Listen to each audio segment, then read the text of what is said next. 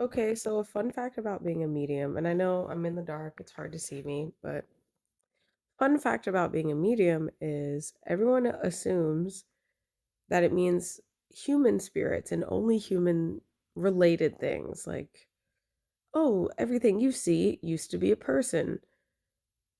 But I see shit that isn't just that. I've seen celestial bodies.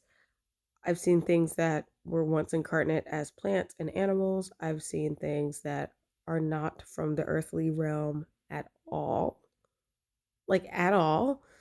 And I've seen and experienced angels, which is fucking terrifying and kind of earth shattering. Like, it is not worldly, like, there's nothing earthy about an angel at all. Um, and it is not all fun and games and sunshine and rainbows, and it's actually quite overwhelming, and you feel like you're going insane. Also, it takes such an extreme amount of focus and mental energy to tune things out. And it's not even so much that you're tuning things out. Like now, at this point in my life, I've gotten to a point where it's not so much that I'm tuning out, it's like learning how to see underwater, you know? It's like learning how to walk in step with the thing that you are also coexisting with versus trying to swallow it down and block it out because that actually takes so much effort. It can be very draining and disorienting. And then when you learn how to exist alongside it the same way we exist alongside flies and mosquitoes and things buzzing around us all the time, like bees and things. Like, we're not always staring at the bees, we're not always staring at flies and mosquitoes. We just kind of walk around outside. So, as a medium or a seer or whatever terminology you want to use for that, you just kind of end up being able to carve your way through all of that stuff. Is it overstimulating? Yes. Can it be very overstimulating? Yes. Are there ways to find, you know, like your place in all of that?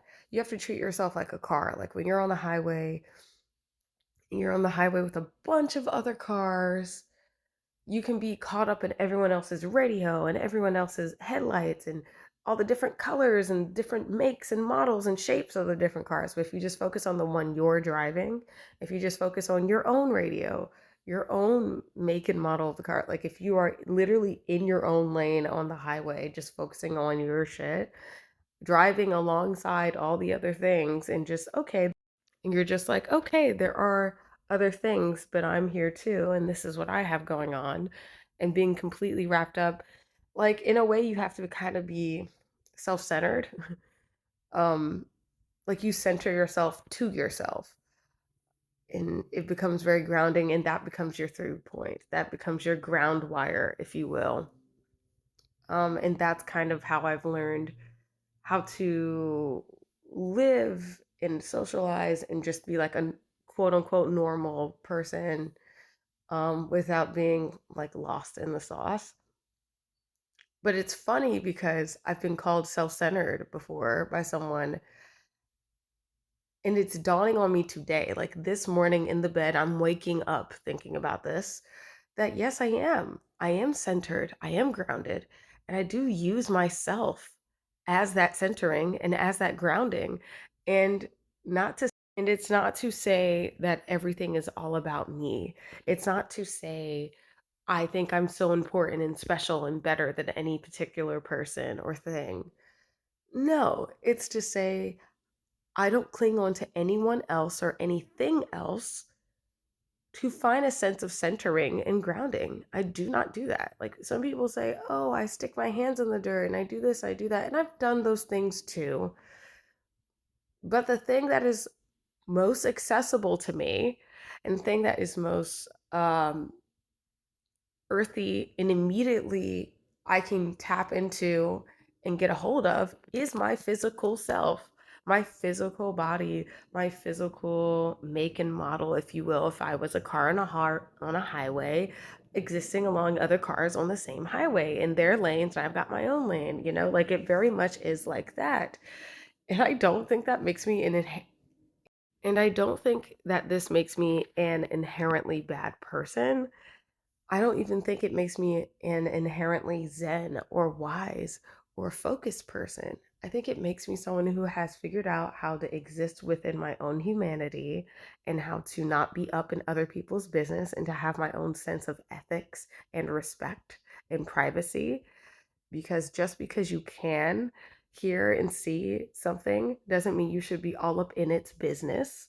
You know, you have your own business to attend to. You have your own mind, your own heart, your own feelings, your own soul, your own body to attend to. So for me, being self centered, at first, I was very offended when someone kept introducing this idea of me being so self centered. And then I was like, oh no, this is medicine. It made me reevaluate what I was doing. It actually made me second guess everything I did and why I did it. And now, literally right now, waking up in this bed, I am sitting here realizing that it's actually a beautiful thing that I'm self centered because I'm not so focused on things that are not for me to focus on.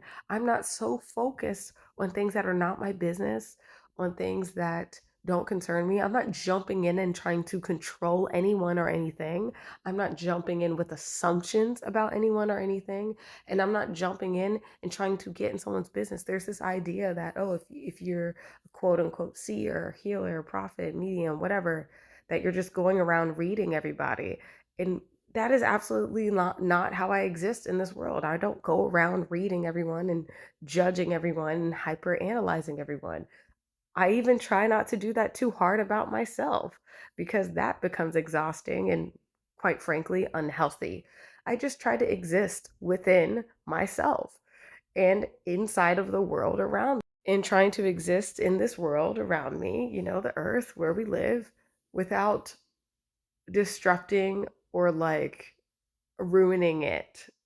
Obviously, I care about these global causes and these issues we have in society. Like, I care about those things. This isn't me saying I don't have empathy and I'm not caring, but this is me drawing light on the idea that being self centered as a way of centering yourself and grounding yourself, making it your own responsibility, and utilizing the resources that you have so readily available to you, aka yourself, utilizing yourself as a resource for centering is a great way to be self centered, quote unquote, and it be a healthy thing. So I don't know why I'm sharing this with you all, but this is what came to me. This is what came to me in the bed. I literally just woke up. You can see in this video that it's getting brighter and brighter in this room because I woke up and the sun hadn't even come up yet. As the sun is coming up, I'm sharing this with you, fresh off the dome, first thoughts of the day. You're welcome. I'm sharing it. It doesn't have to make sense. You don't have to agree. But yeah, that's what's in my head. That's the fresh download of the day. You're welcome.